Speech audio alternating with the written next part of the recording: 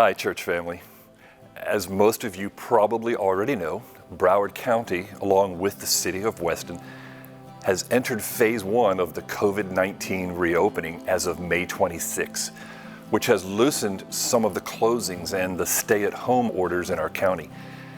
Based on our ongoing communication with city officials, we're hopeful that we will be entering phase two sometime next week. Assuming that timeline continues, I'm excited to share with you that our plan as a church for phase two will include an opportunity for limited on-campus worship services beginning Sunday, June the 7th. Now, this will be a worship-only service, which means that our adult small groups, along with the children and student ministries, will continue to meet online for now until we eventually move into phase four. Keep in mind that this timeline is very fluid and could change multiple times. You know, it's difficult for any of us, including the CDC or the state and local authorities, to really foresee any further than about 2 weeks at a time. So we're hesitant to put hard and fast dates on any of the phases, knowing that these dates can fluctuate on an ongoing basis. But if everything remains as it has been communicated to us, our plan is to begin our phase two on Sunday, June the 7th. And so as we prepare to gather together, I wanted to share some insight into the plans that we're making to make sure our campus is ready and is as safe as possible for you and your family. First, and this is really important, we will continue to follow the recommendations and guidelines of the CDC, Broward County, and the city of Weston, just as we've been doing since the very beginning of the COVID-19 outbreak as it pertains to places of worship like ours. As we continue to follow these guidelines, any of our church family that are in a high-risk category, like those 60 and over with pre-existing medical conditions, we're asking that you continue to stay home and continue to worship online through our live stream on Sunday morning. We're also asking anyone who has exhibited flu-like symptoms or has a fever or has anyone in your home with these symptoms to also please stay at home as well for your own protection as well as for the others in our church family. Second, we understand that not everyone is ready to come back yet. Please know that it's absolutely okay. Your pastors and your leaders understand that everyone has their own personal criteria for returning to a more public setting, whether that's here at church or going to your grocery store or your gas station. But for those who have expressed their readiness to return, we want to begin our regathering plan now. So, assuming that we have entered into phase two by next week, here are a number of things that we'll need to know as we look forward to next Sunday's worship time together. First, the service will begin at 11 a.m. our normal time. Now remember, this is a worship-only time. Like I mentioned earlier, there will be no on-campus ministries for preschool or children or students or small groups. Now, for those of you who are currently attending online small groups on Sunday morning, we've moved your start time a little earlier to 9 a.m., and we've asked all our leaders to be finished no later than 10 a.m. sharp. This will allow most of you planning to come to the campus enough time to get ready and get the family ready and out the door in order to make it to the church before 11 a.m. when the service will start. I want to also encourage you, bring your children with you to this time of worship.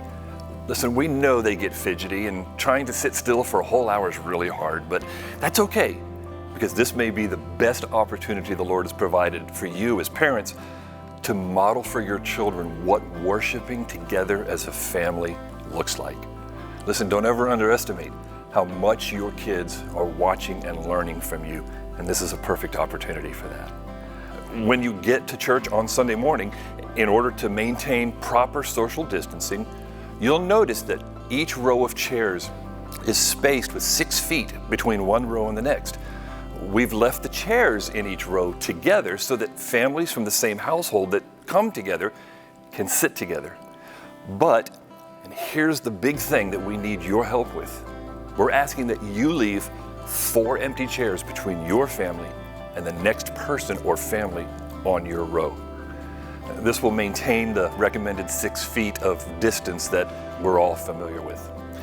Now, because there are fewer chairs in the worship center, we've also set up chairs in the children's theater, the junior theater, the student center, and student cafe, plus rooms 230 and 268. All of these areas have large screen TVs, and we'll be streaming the live service from here in the worship center into all these venues in real time. Now you might ask, why don't I just stay at home and watch it on my TV there? Isn't it the same thing? Well, if you saw Pastor Mark's Thriving in Exile video from last week, you know the answer is no, it's not. Remember, the local church body is the church gathered together in one physical location.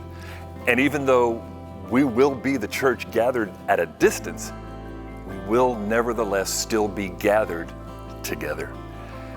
Now, as far as giving, we've placed offering boxes at the back of the worship center so that you can leave your tithes and offerings in one of these boxes as you exit the worship center. If you were worshiping in one of the other rooms, just stop by the worship center after the service and you can do the exact same thing.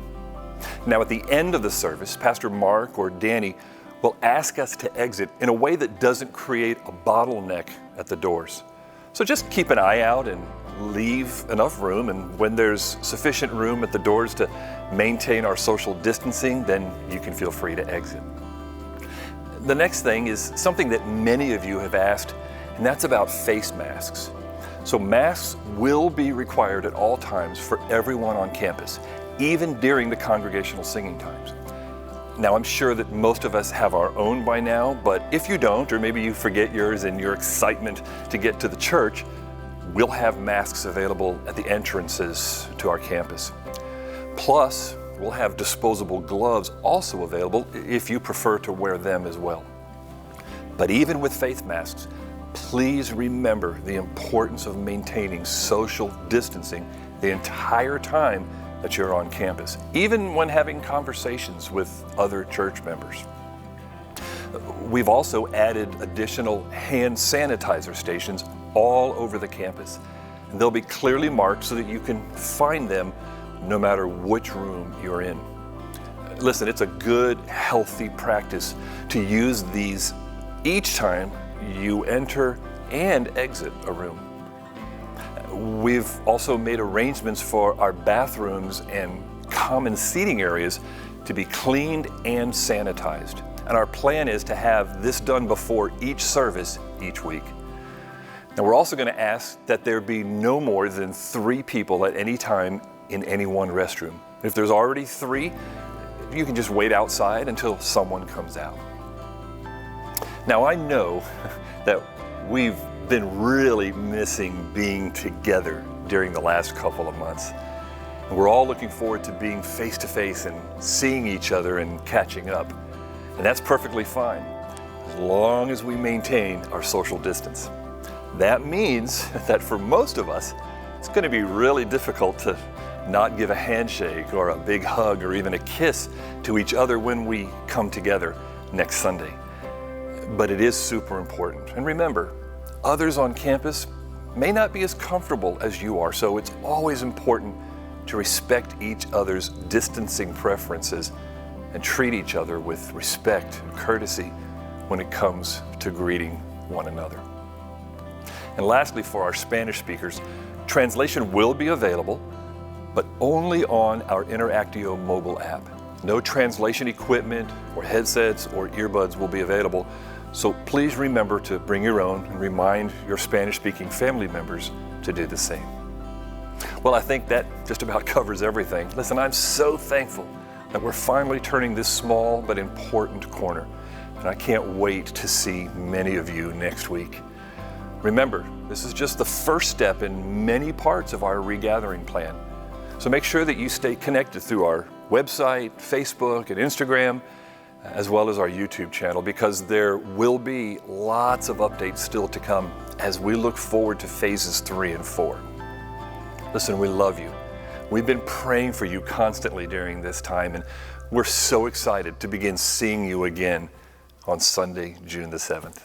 God bless you.